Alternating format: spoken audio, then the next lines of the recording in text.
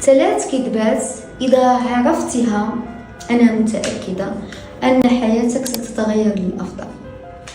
أول كذبة: أنت أم، سبحان الله تستطيعين فعل أي شيء.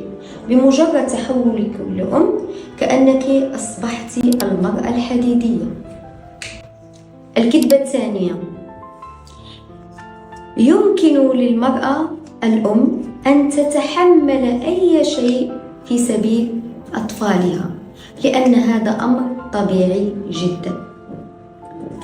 الكذبة الثالثة: يمكنك فعل كل الأمور وحدك، أنت لا تحتاجين إلى المساعدة، لأن ما تفعلينه هو فطري وطبيعي. في الحقيقة هذه الكذبات دمرت نفسية العديد من الأمهات وجعلتهن يشعرن بدك شعور بالذنب والثقل، وكأنهن غير كافيات،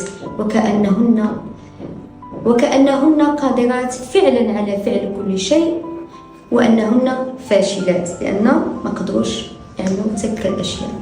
وأنا أقول أنت لست لعبة، أنت إنسانة من روح ودم وتشعرين، أنت إنسانة ذات قدرات معينة، وأيضا تغيب عنك بعض القدرات الأخرى، ولا بأس بذلك. أنت كأم يمكن أن تخطئي، المهم أن تعرفي كيف تصلحين الأمر. أنت كأم لا يمكنك في جميع الأحوال أن تكوني كافية لأطفالك، لأن الأطفال يكبرون داخل بيئة معينة فيها أب وأم وأسرة دائمة، ولكن جعلوك تعتقدين أنك فعلا قادرة، وهذا غير صحيح.